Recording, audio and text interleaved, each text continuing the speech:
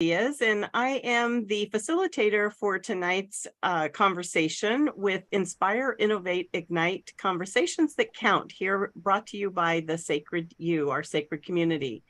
So these conversations are to get you inspired by a panelist of experts who share and innovate self-empowerment tips that will enrich your life. So we have curated these conversations with experts that know about the topic that we're discussing. And so we can have some really juicy conversations. So if you're watching us live, we welcome your questions. And today we are going to talk about the 4 agreements. And there's actual research linking the 4 agreements that was written by Don Miguel Ruiz to creating healthy leaders, offering direction to personal growth, as well as be a primer for cognitive behavioral therapy. And so I'd like to start off by introducing each of our experts. First up, we have Allison Cotton. Just give us a little wave, Allison. And Allison is a grounded and down-to-earth woo-woo woman with a big heart and a delightful blend of seriousness and humor, who has done and continues to do a lot of her own healing and deconditioning work. Remember that we're all still works in progress, and isn't that the truth? By nature, she is a storyteller with a loving and nurturing heart. She gets great pleasure in empowering women and creating a sacred space for deconditioning and authenticity, as well as educating women so they know how to trust their own inner guidance and have the courage to take active steps because they know they are worthy. Big work. Thank you, Allison. Then we have our Julie DeLuca Collins. Welcome, Julie. And Julie is the founder and CEO of Go Confidently Services, the host of the popular Casa de Confidence podcast, and her weekly radio show, Confident You, featured on Global Talk Radio Network. As a business and life strategist coach, Julie helps women business owners launch or grow their businesses, get clients, be productive, and achieve their dreams. Julie helps her clients create simple habits to achieve goals and change their lives. Julie is a sought-after public speaker, author, trainer, and course creator. She is certified as a coach in cognitive behavioral techniques, holistic coach, tiny habits, and a Thrive Global coach. She is also certified as a social emotional learning facilitator and has completed her 200-hour yoga teacher certification. Woo-hoo. And Julie enjoys helping her clients build mental fitness and improve their mindset to be at peace and improve peak performance. Julie is also the #1 best-selling author of the book Confident You, Simple Habits to Live the Life You Have Imagined. So welcome, Julie. Glad to have you with us. And then we have Lisa. Sorry, that was so long. No, it was great. Thank you. And then we have Lisa Montgomery. Lisa is a name recognized by some of the most prestigious women in business, and that's for good reason. Starting her career in 1999 after leaving her government job, Lisa began her own business in web and graphic design. As fate would have it, by listening to her design clients, she noticed a gap that needed to be filled in the travel industry. Going on to bring in $1.5 million in sales annually, Lisa worked in an industry that she loved, got to travel extensively, and still had time to make others a priority. She has been involved in women's leadership. She's spoken at conferences, and she even received a Leadership Excellence Award from the Women's Prosperity Network. Taking her years of experience and expertise, Lisa now coaches women in business using her tool belt full of gifts to lead entrepreneurs to their highest potential. So very excited to have you with us, Lisa. And last but not least, we have Reshma. Reshma, I am not going to try to say your last name. Can you please pronounce it? It's Bhojwani. Thank you. Thank you. Bhojwani. I'm close. All right. So Reshma empowers free-spirited women to flourish with freedom and feel fulfilled in their life, bring back belief, faith, trust within themselves, and gain clarity, courage, and confidence in deciding to pursue the life they deserve and desire on their own terms, not worrying about societal and cultural expectations. I'm so excited to have all of you ladies here with me. We are going to have a really great conversation around the 4 agreements. And just for our audience, this is what the book looks like. I think you can see this pretty well. And this book has been around for a really long time. And I know that I read it years ago, like back in the 80s, I think. Totally dated myself there. But so I'd like to start us off with a question around how do you interpret, hold on, I just lost my question. How do you interpret the concept of be impeccable with your word? And can you share a personal experience where this agreement made a significant difference in your interactions? So I'd like to start with Reshma. And Reshma, can you kind of speak on this? Like, how do you interpret the concept of be impeccable with your word? And what's a personal experience where this agreement made a big difference in your life or relationships? So, for me, it means like the words we use, our thoughts, our mindset. That's what it means for me.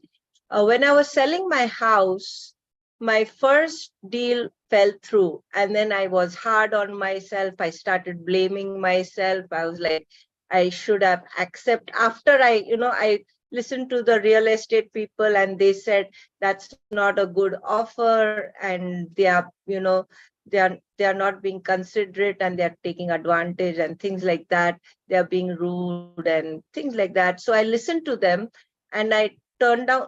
So the offer didn't fall through. And then later I was like, maybe I should have listened to my own intuition and not listened to,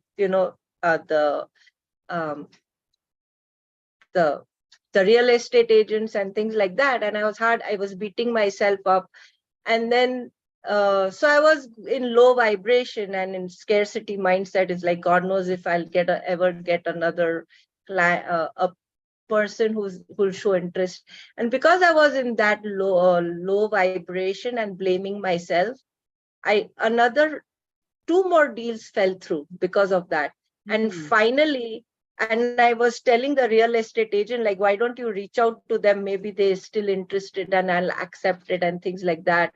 And like the second deal, they offered 20,000 more, but because I already brought it down, then I was like, what the hell? Why are they still wanting it at a lower price? So I was like now being greedy and not satisfied and things like that. So finally, I changed my mindset. I surrendered to the process, and I had talks with the real estate agents. And only when I started going back to abundance mindset and not scarcity, and believing in the process and giving the process the time I needed to give, then the 4th deal finally went through, and it was better than any of those other deals. And so once I became patient and just waited, then the house sold. So I think that's a good example for how our own words and the way we talk to ourselves and the system and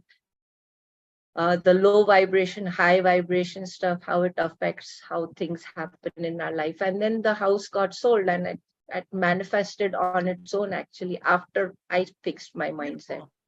And I love that you brought up the point around being impeccable with your word to yourself. I think that's a really important point to bring up, because I think we sometimes gloss over that and we can tend to forget it because we're more focused on everything outside of ourselves. So thank you for bringing it home into a really more personal reflection. So thank you. Lisa, can I ask you the same question? I can reread Sure. it. And I would say, no, I've got it. I was thinking about what Rishma said, because if you don't set your intention ahead of time of what you want or how you're going to work with your clients or anything like that, or how you're going to sell your house and what's acceptable to you, if you don't set that intention and really have that discussion with yourself, how can you be impeccable to your word? You don't know what it is sometimes. And especially when we get in those, selling a house is a hard thing. It's a very emotional thing. So when our emotions aren't exactly where they, if they're going topsy-turvy a little bit, sometimes those things get out of kilter. So, one of the big things for me is to be impeccable with my word with my clients and make sure whatever I've told them they're going to receive, they receive. And that I'm always honest with them, no matter how much it may hurt, that kick in the butt may hurt.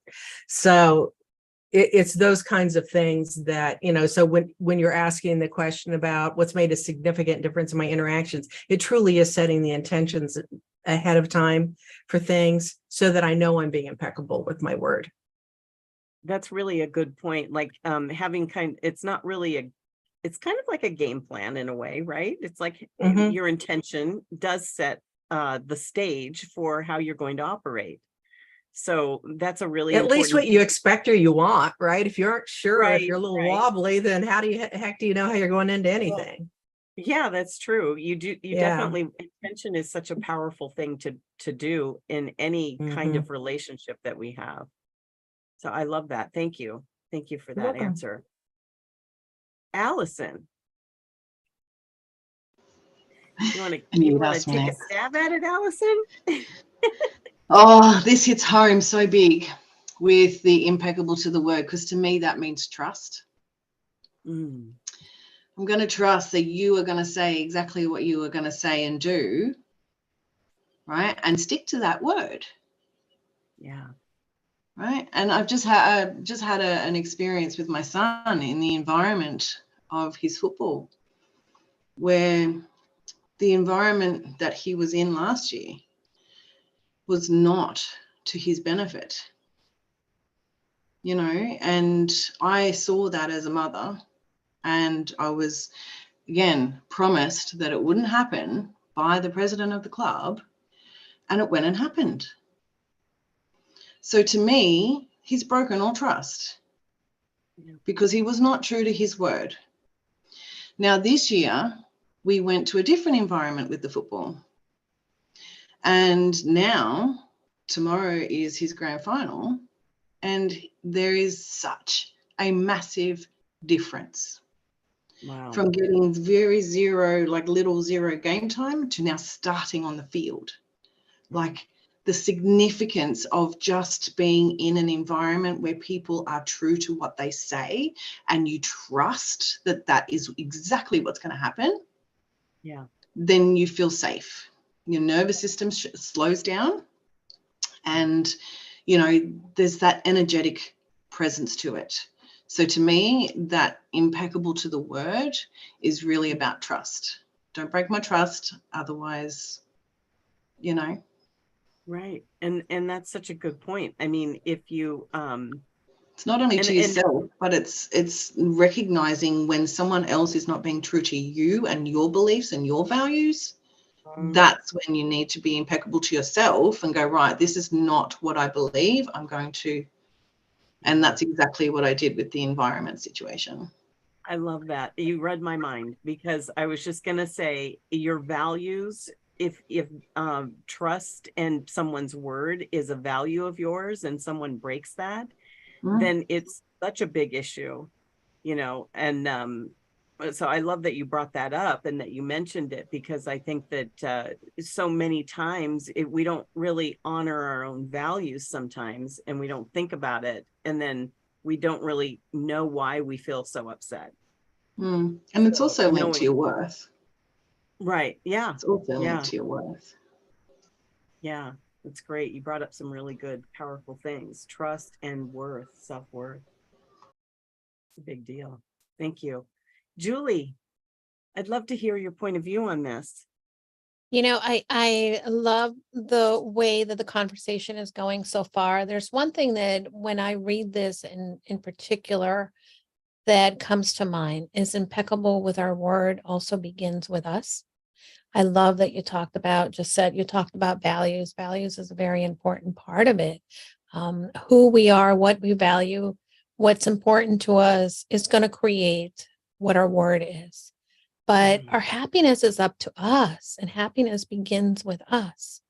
And if we're in an unhappy place because we don't have trust for ourselves, many times we tell ourselves, hey, I want to fill in a blank, right? And then we don't do it. We haven't been impeccable with ourselves. And at times, and this is one of the things that I see with many entrepreneurs, we aim to be impeccable with our word, with others first. But I want to encourage you that if you're listening, be impeccable with you first. Be impeccable in keeping your word to yourself. Be impeccable with building that trust within yourself.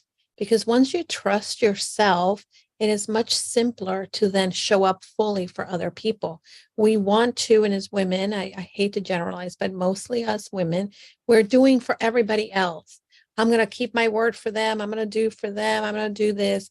But the impeccability needs to begin with us, because if we don't keep our promises to ourselves, then our self-worth and confidence diminishes. And that's what I want to encourage you and challenge everyone, that impeccable with your word. It's so important in where we do everything in our world. But do it for yourself first so that you can fully show up. What ends up happening, and this is, you talked about the cognitive, the cognitive behavior that happens here.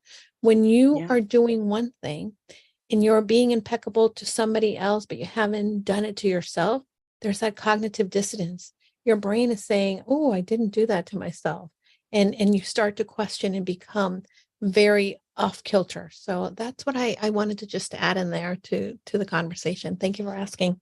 Yes, no, and that's so important. I think that what you're saying around, if you do it one place and that you're not doing it internally, there's a disconnect.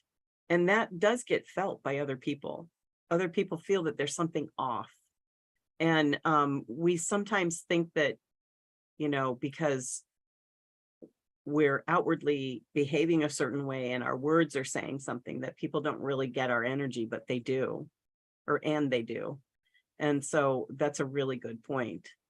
It's really good, that being impeccable. Okay, so let's move on to another question. I'm going to kind of mix this one up. The second agreement suggests that nothing others do is because of you. So how does this concept relate to empathy and understanding others' perspectives? So I'd like to read the second agreement. Let me just find it in my book here. Give me 1 second. Should have been more prepared for that. Okay.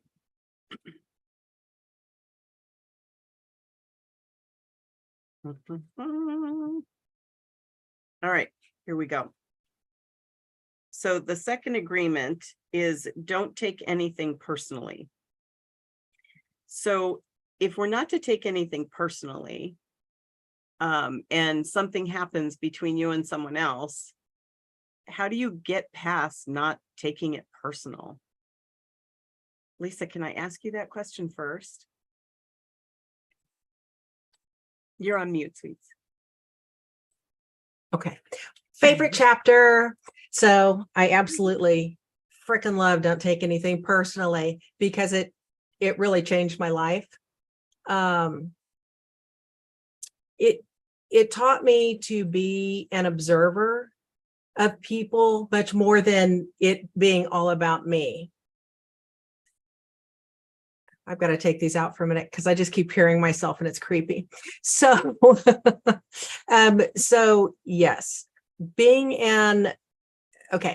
not taking things personally. Sorry, guys, that kind of threw me off for a minute. So a lot of times we take things personally because buttons have been installed on us by other people, your mother, your sister, your spouse, your coworker, whatever, right? And I think if we can identify what those really are, that's some self-healing we have to do and work on. But the nice thing is then you can step back when you're not taking things personally. And let's say you do start to have a conflict with somebody, have a freaking conversation with them. Kindly come from that place of, what am I not understanding? Because how much somebody's life story do you really know? You know that much about somebody typically. You think you know all this, but you only know that much, right? That's really true. Was there anything else you wanted to add to that? No, that's good. Okay. But No, it was beautiful. Okay. No, that was perfect. And I love that you mentioned being the observer. I'm a big believer that is one of the foundational levels to raise your self-awareness, is to constantly be observing, and the better you get at it, it always runs in the background. So you can always observe yourself and learn so much, and not taking it personally. I think you were alluding to like expectations as well. So and it allows you to not judge other people. Mhm. And it also Yeah. allows you to be empathic, not be empathic with them, but have empathy for them without being Right. emotionally involved with them. Yeah. Good point. Yeah. Yeah. That's kind of like a that becomes a mastery. It's Yeah, fun. thank you. Yeah.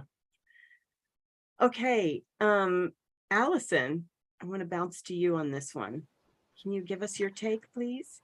Yes, very much on the emotional intelligence there with what Lisa was saying. That becomes mastery when you understand and have just a powerful conversation with someone without reacting, right? Because that's that emotional intelligence. Yeah. The other point that I really would like to say here is, like, taking things personally used to be my life motto. Right? I grew up in an environment where I was so open and so receptive to everything that was going on, and I wasn't taught that I didn't have to take all of this stuff on, right? So it's been, and because I'm in human design, I'm a 6/2, I have a triphasic period where I go through 3 different stages of life. And I am now coming to this beautiful resonance where what I did in the first 30 years of my life was all trial and error. It was just take on everything like a sponge. And now I'm in the filtering process of like, no, I don't want that. Yeah, that worked. I'll keep that. No, I don't want that. And it's kind of like being part of that true to your word, right? And then amplifying it again on top of, right, now I'm not going to take anything personally. I'm going to have emotional intelligence around this. I'm going to have some mental and spiritual intelligence around this and go, right, this is not me. This is just a conversation. I'm going to take it on board. I'm going to process it. And then I may or may not do something with that. Yeah. And it's 3 things importantly that similar to observation that I teach my clients. And it's, the first thing is awareness. When you have awareness, by being the observer, you get awareness. That's the concept. When you have awareness, you can then take it to step 2 of processing. Do I want this? Do I not want this? Do I want to even have this conversation? All of those in betweens. Then the third piece is action. Do I need to take action? Do I want to take action? Is this something that I just couldn't care less about anymore? I've had that conversation and I'm done with it. Kind of assess where you're at with it. That's really a good action plan for, because we can talk about this conceptually. Oh, don't take it personal, yet in the midst of something happening, it could be very easily taken personal. And if it was my life motto. And because I have an open emotional center in my human design, I am designed to take on other people's emotions and filter them out and decide what I want to keep and what I don't want to keep.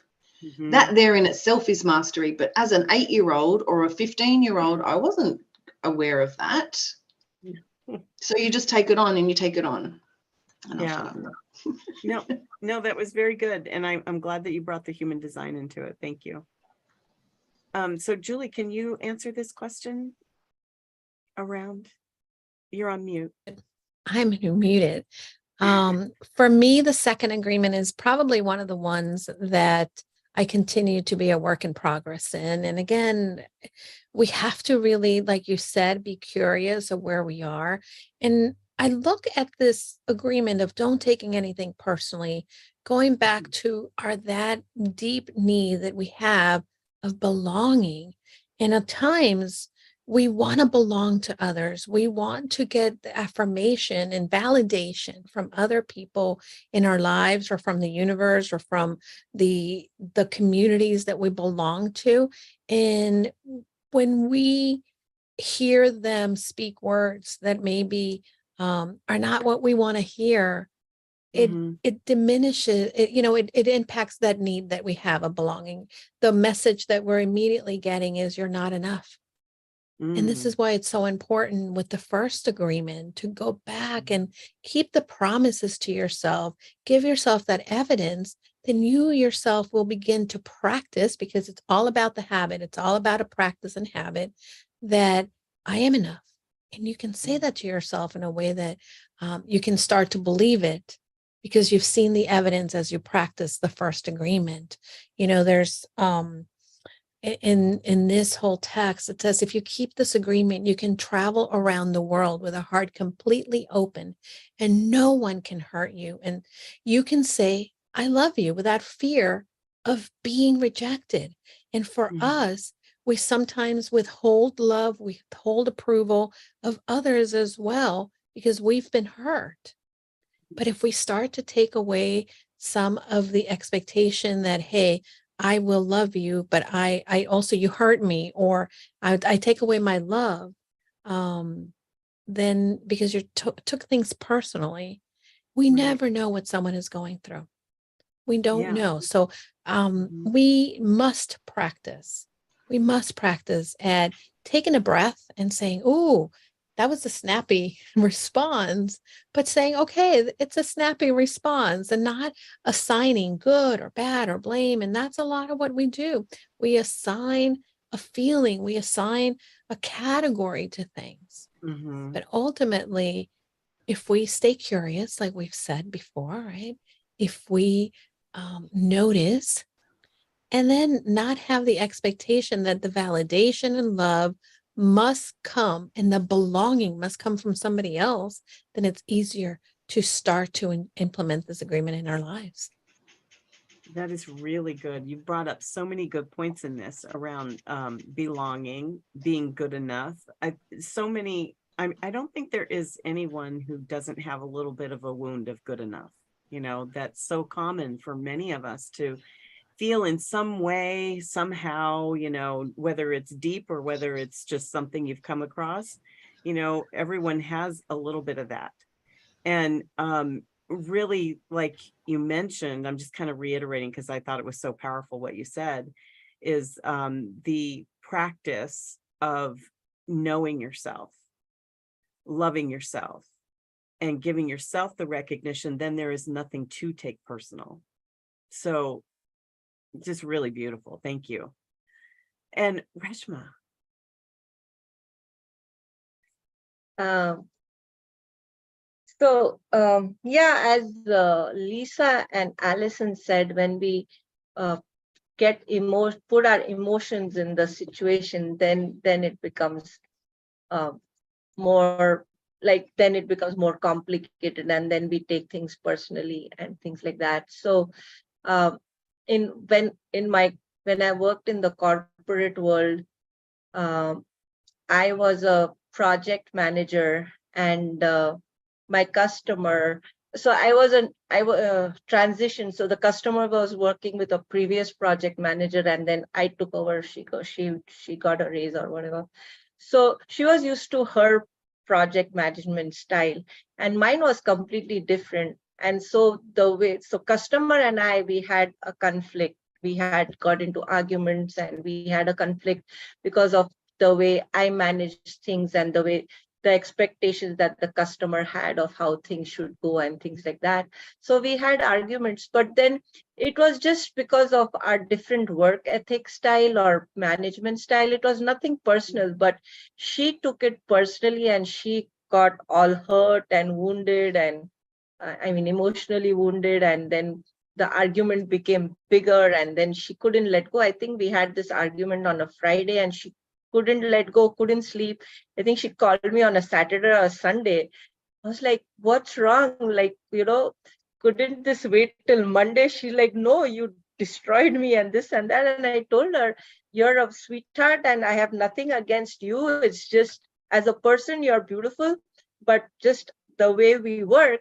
And if you'd have just stuck to the work related and not brought your personal emotions in it, we would have been fine. And it was a argument, but it would have got resolved. So we had another 2-hour conversation on a Sunday. But after that, she understood that it wasn't personal and it's just the way we work, and we figured out how to work together.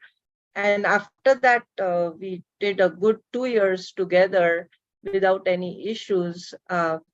But had we not had this discussion and resolved the issue, it would have been lingering. And 2 years of our relation as a customer project management, which we were like literally working together on a day-to-day basis, would have been very difficult. So yeah, that's my experience with taking things personally when not required. I love that, because I love that you bring in like a real life situations that explain how it kind of works, I mean, and the fact that you had that conversation and then she understood where you were coming from and how you operate, she then didn't take you personally. And that's such a beautiful example of how you can resolve these issues. And that is why the 4 agreements are such a building block for so many things, that inner work that you do within yourself and how it expresses outwardly. So thank you so much, Reshma. Right. Yeah, and Really I think and what you said, I think it also, when you're vulnerable and you're authentic, you're not afraid to speak such things, and then you can just speak your truth right then and there and clear misunderstandings instead of keeping grudges and egos and anger and all that stuff. Yeah, very good. Thank you so much. Okay, so here's another question for you ladies. Now this is a little bit, kind of not the same, but a little bit. It's the 3rd agreement, which is don't make assumptions. Now, how do assumptions contribute to misunderstandings and conflict? Basically, like what Reshma was already giving us an example of, but can you clarify and provide an example of how assumptions could have changed an outcome? Does that make sense to everyone? Do you need me to read it again? I feel like I need to read it again. Okay, so don't make assumptions is the 3rd agreement. And how do assumptions contribute to misunderstandings and conflict? Can you provide an example of how clarifying assumptions could have changed an outcome? That makes a little more sense. So, Allison, can I have you start us off on this round, please?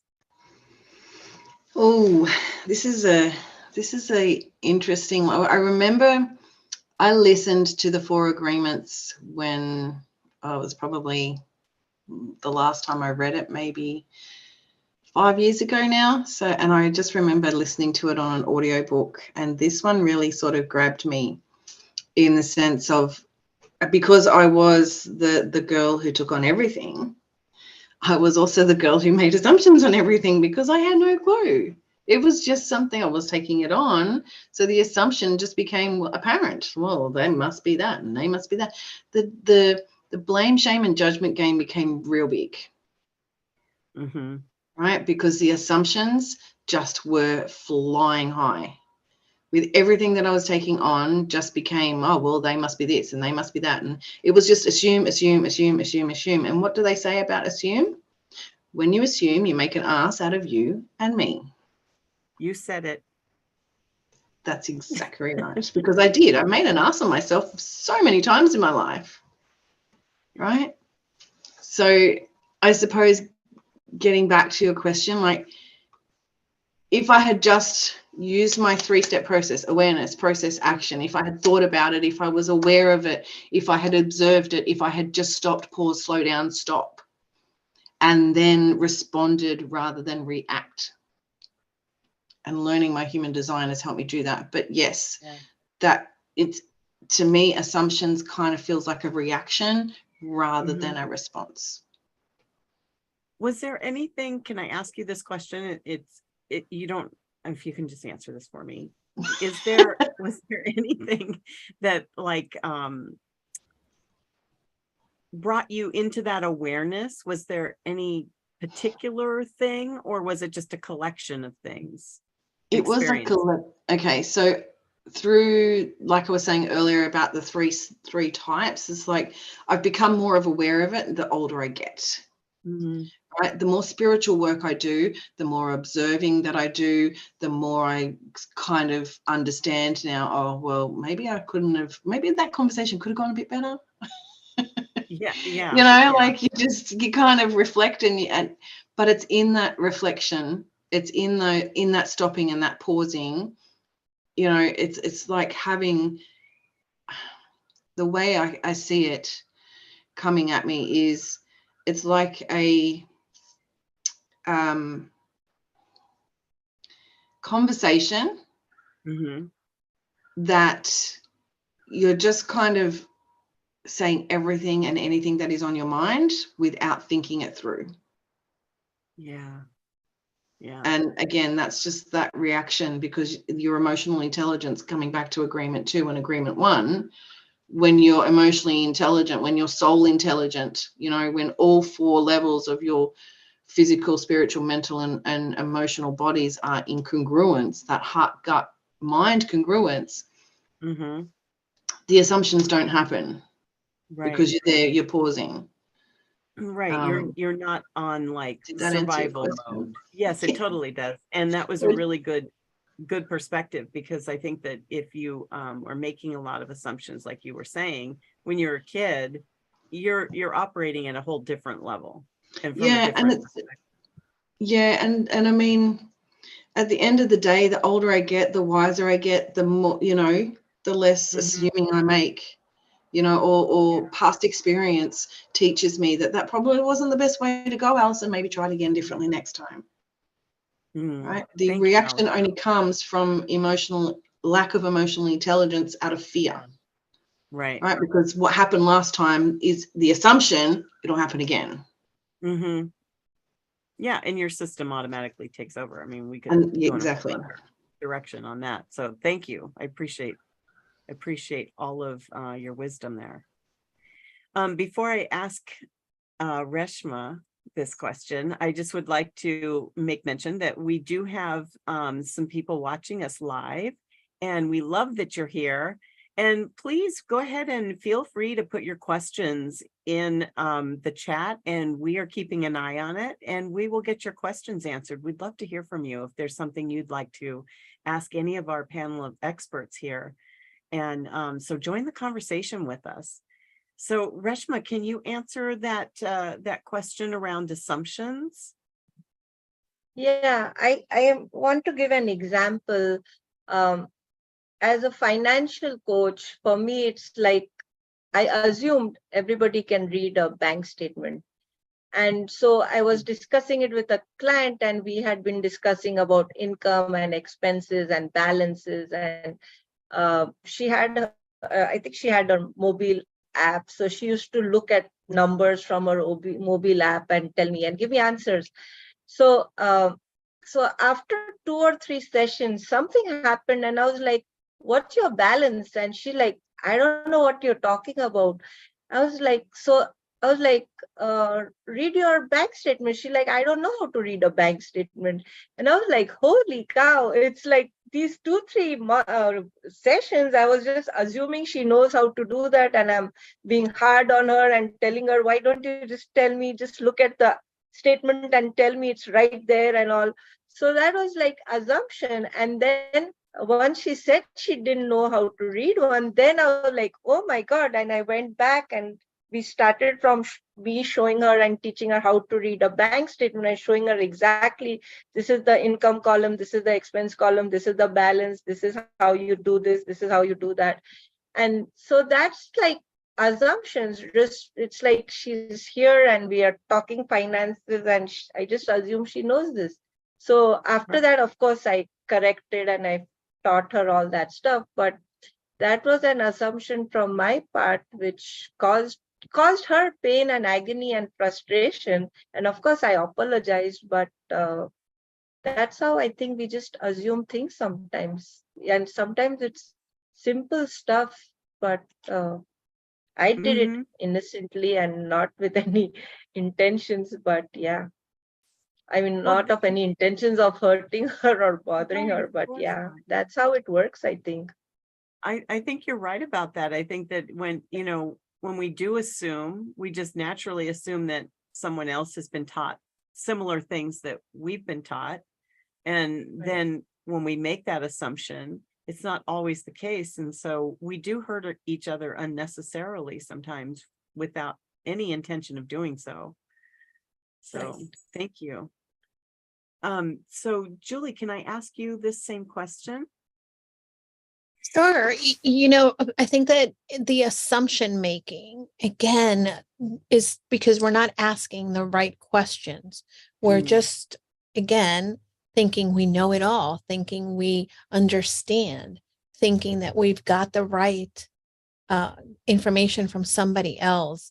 We think, hey, they treated us, or they said, or this is happening because of XYZ. And I see so many times that we cause ourselves so much pain because it's easier to make the assumption than it is to make the question. Mm. And what happens is when we assume one time, then it's easier to continue to make assumptions. And he talks about it in the book. And one Mhm. assumption leads to the next, leads to the next, and it becomes a domino effect. So sometimes be okay with being more uncomfortable, right?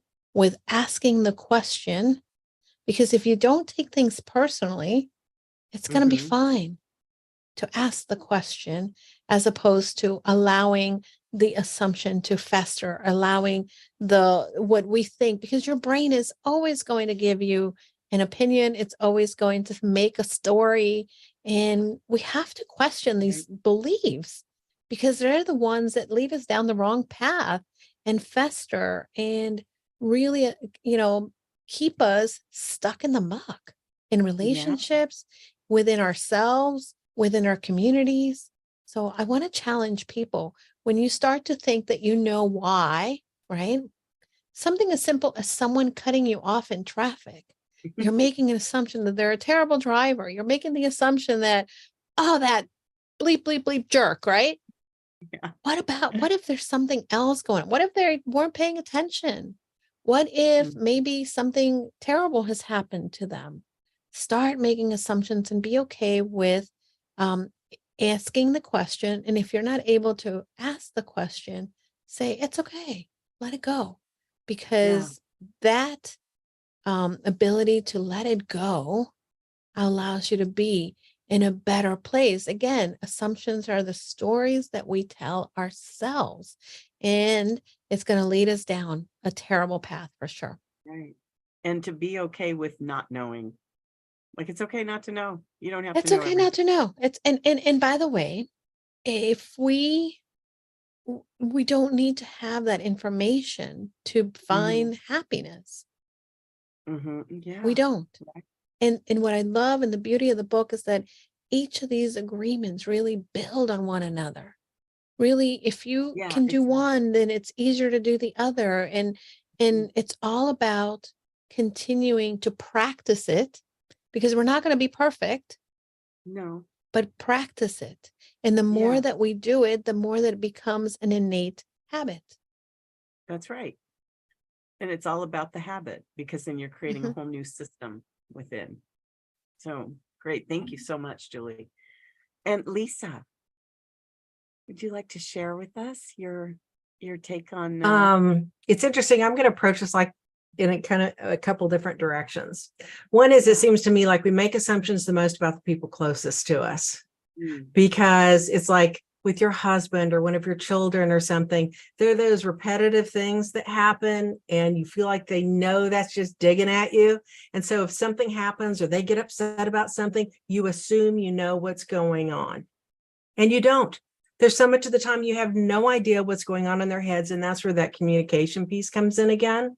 Another place people make a broad set of assumptions is online, when you are talking to somebody, and what happens if they just drop out of the conversation or don't email you back, or those kinds of situations. People let their heads go all over the place about what's going on.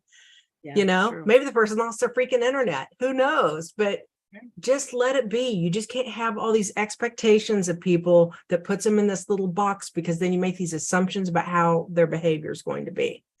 And so then with an example I can give about me is, so I have my travel business and I work with wealthy men. That's basically 99% of my people, and or the demographic anyway. So when I decided to stop my travel agency and start my coaching business, I am a psychic medium, and I have never shared that with any of them, as you can imagine. And because I just, that wasn't part of the conversation. Didn't come up, And it was I had to be very brave to come out to do that. And I assumed that I was going to get all this flack from the whole world, that I was some kind of nut job. And I have gotten exactly the opposite reaction. And that was that big assumption because of my big fear about how I was going to be perceived, right? Yeah. And so I just think it's a wonderful. I didn't understand that. My Alexa's talking to me. Yeah. That's frightening. But yeah, so I just think that gives you another example of making assumptions out of your own fear. Right. I love that. I love that you brought up making assumptions out of being afraid.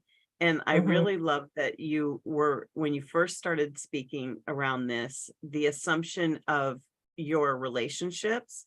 Just because you think you know someone so well, you don't always really know their motivation. And to assume it, like Allison said, there's a little saying that goes with assuming.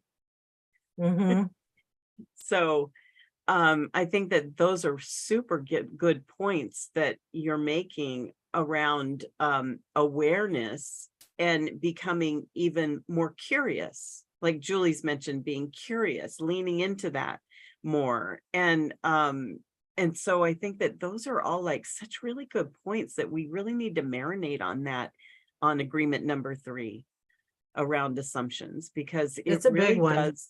Yeah, it charges our lives in so many different ways, like what Reshma shared with the coworker she had, or the client, right? It was a client.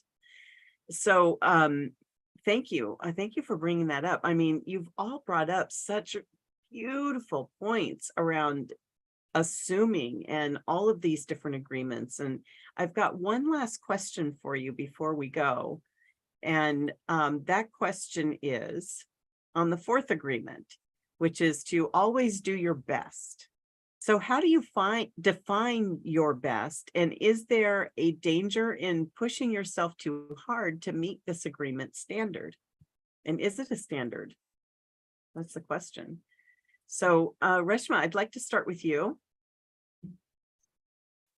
For me, doing my best is basically doing quality work, doing anything to the best of my ability and doing it good, like a quality work, right? Like I won't do things just to please my manager or my boss. I'll do it to please me, to my satisfaction. And so like when I was in the corporate world, other managers would just do things just to climb the ladder or be visible, just enough to make it visible, be visible to the manager that they did work, and they just want to climb the ladder and things like that. For me, it was more about doing quality work, doing my best. Like if I'm doing some problem solving, I would get to the root cause of it and not do some band-aid fix. And I didn't care if it would take longer, because later it would give me peace of mind, and that fix wouldn't need to be done again and again, or the customers would be happy and they wouldn't, keep having to call help desk for the same issue. Since I was in IT, so, help desk, they call help desk for any issues. So as long as I'm doing something to my satisfaction and to the best of my ability, that is what I consider doing my best. Mm. And that's how I live life, do my business, did my corporate world. Thank That's you. one of my values. Yes. Thank Do you. you think that there's a way to define what the best is? Or do you think that's personal?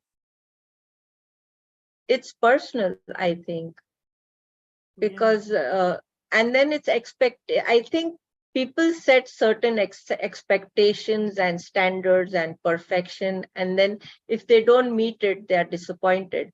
I myself never set any expectations. I usually live with zero expectations. So when anything good happens, I wasn't expecting anything, so anything that happens is good, and it's always icing on the cake. So I don't usually get disappointed because I didn't have any expectations to begin with. You're always pleasantly surprised. Yes. That's fantastic. Thank you, Reshma. Julie, can you answer our last question for me?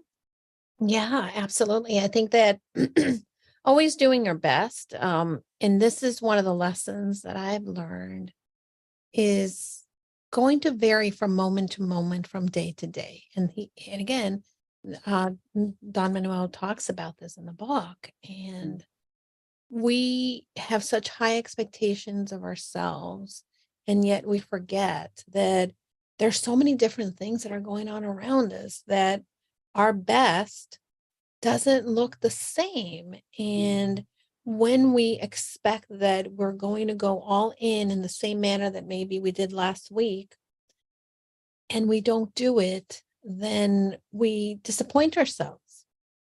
Always doing your best is knowing that sometimes there's going to be things outside of your control. If I don't sleep well, I'm going to work at doing my best, but I'm going to be okay if my best wasn't necessarily what it was last week. Mm-hmm. And I think that that's, as a high achiever, as a perfectionist, someone who is always looking to, show up and do the best, I have to give myself grace. Because if I don't learn to do that, and again, all these agreements, for me, the biggest lesson, and when I first read the book, it was always about, oh, this is great for relationships. This is great for how we deal with the world.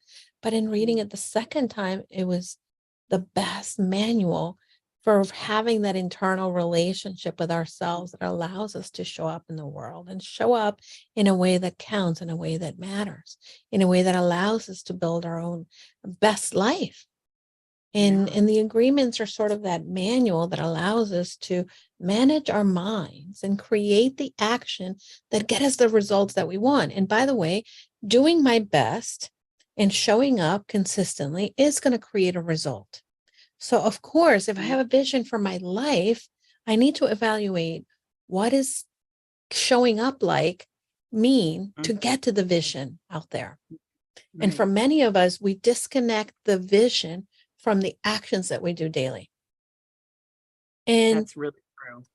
the last point in here in all of this is that it's about also making the connection that we do our best, we know the vision, but then we don't evaluate. We don't want to look at, did we do it? Did we not? How well did we do it?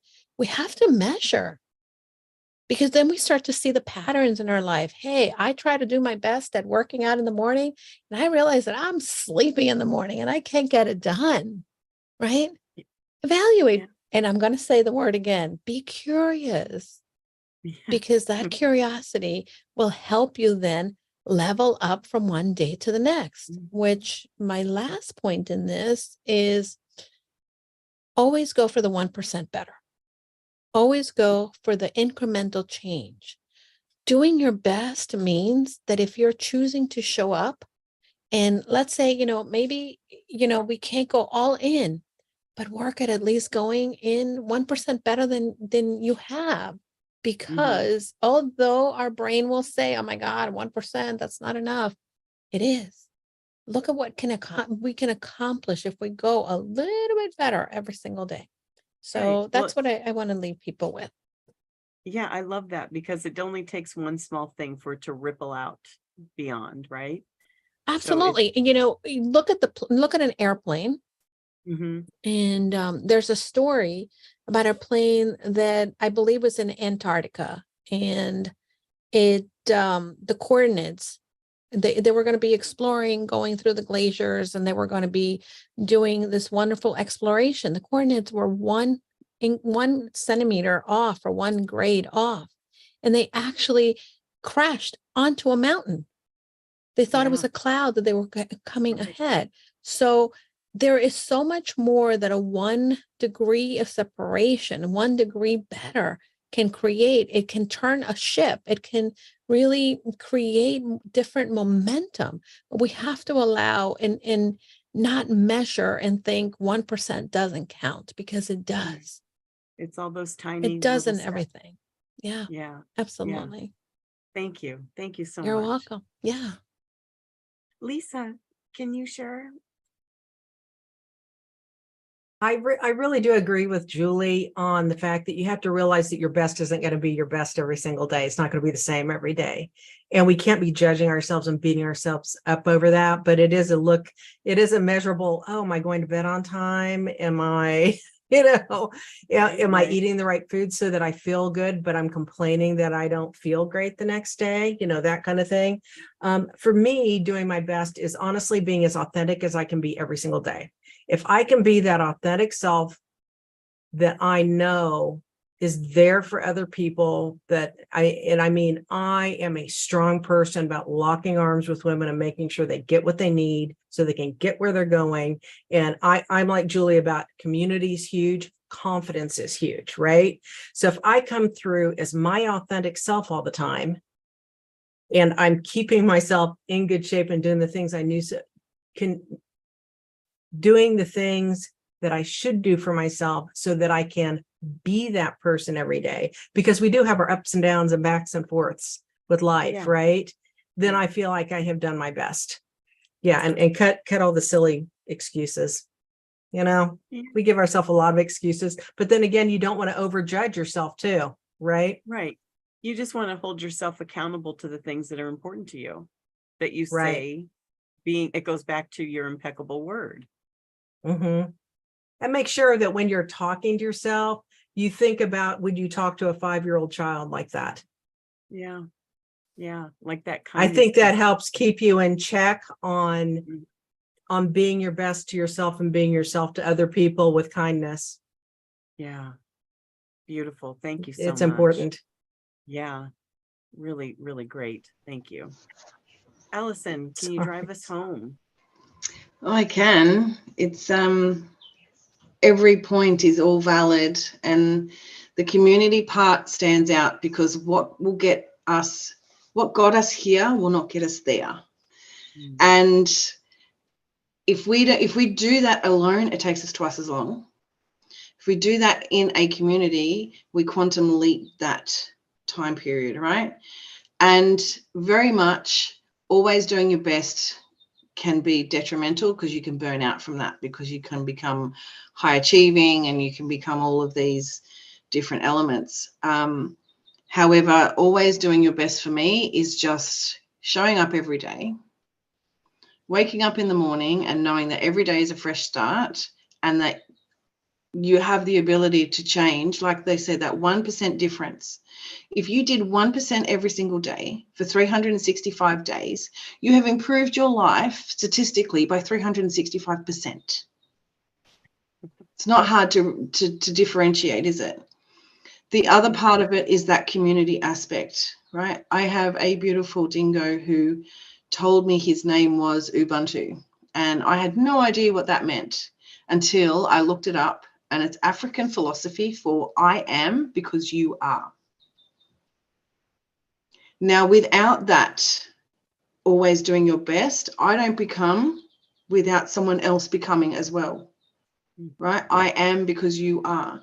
It's like, you know, parenting your children. Your children don't become good humans because you're a good human. It's because the community that they have is always doing their best in whatever capacity that is to have an experience. To me, life is an experience. We're here having a physical, emotional, and human experience. And yeah, to do it as our best and as our authentic best. Because I can tell you now, today is not my best day. Like, you know what I'm saying? Like, I'm looking, if you sort of want to track, and working with reflectors really helps this. They have a 28-day moon cycle, but tracking what, you know, your peak and your flow, you will get to learn what your best is, right? Doesn't mean you have to be in that state every single day, but just know that that's what it is and that you can always climb that again. Right. It's like the same concept of striving for your excellence each day. It's not perfection. It's just being Self-responsibility. Do good as you as you can. say you're going to Yeah. do. Yeah. Mhm. Don't make assumptions. Don't get too jaded in the I am, you know, this because of that and whatever else. And what I realized when I listened to that book is, if I follow those 4 steps, real simple, Mhm. right? My life is going to change on some level. Yeah. And Yeah. whether that's through acceptance, whether that's through compassion. My biggest takeaway from this conversation is it's conditional till it's unconditional. Mm. And we Beautiful. choose that unconditional piece, which is the impeccable, which is the assumption, which is always doing the best, you know? That's a really beautiful way to wrap up this conversation. Thank you so much. Pleasure. That was beautiful. Thank you. So for our audience, I'm just going to go over what the we have Terry Cousins, who has said hello to us, ladies. So say hi to Hello, Terry. Terry. And I just would like to end us with just a recap of what the 4 agreements are. The first is be impeccable with your word. The second is don't take anything personally. The third is don't make assumptions. And the fourth is to always do your best. So if you haven't read the 4 agreements, we encourage you to do that, because as you can tell from this panel discussion, there's so much to learn and some really great foundational information in here in a way to live your life. And so I want everyone to know that our experts' information is going to be linked below. So any offers that you have, ladies, the audience will be able to find your information below. And I want to make sure that I stay on time. So I'm going to wrap us up with letting everyone know about our beautiful community, our sacred community. You can find us at sacredyou.com it's not sacredyou.com, it's sacredyou.love, excuse me. And we have some great things going on there. So we are a community of men and women who have a mission to empower everyone around the world. And so if you're interested in learning more about topics like what we've talked about today, or other different, we have beautiful hosts. Reshma is the host of, what is your tribe, Reshma? I don't want to mess up the name. Flourish with Freedom. Flourish with Freedom. Yeah. And then Allison Cotton here, your tribe is Aligned by Design, the Human Design Tribe. Yes. And so these are just 2 beautiful hosts that we have that are experts in our community that run their own groups, their own tribes. And so come and find out more about us. You can try our community for $1. And if you enjoy what you're experiencing, it's only $15 a month, and that's in Australian dollars. And I want to really let Julie and Lisa know how much we really appreciate you coming and being a part of this panel. You have been beautiful experts. The answers that you all gave, Reshma and Allison as well, have been so enlightening. I think that our audience has really learned something special today. So thank you for being here. And also just to let everyone know that in October, the Sacred You.Love is having a really great event called the Harmony Fest. And so check out our website and learn more about that. So thank you everyone for being here, and we will see you at our next conversation. Thank you. Thank you. Thank you.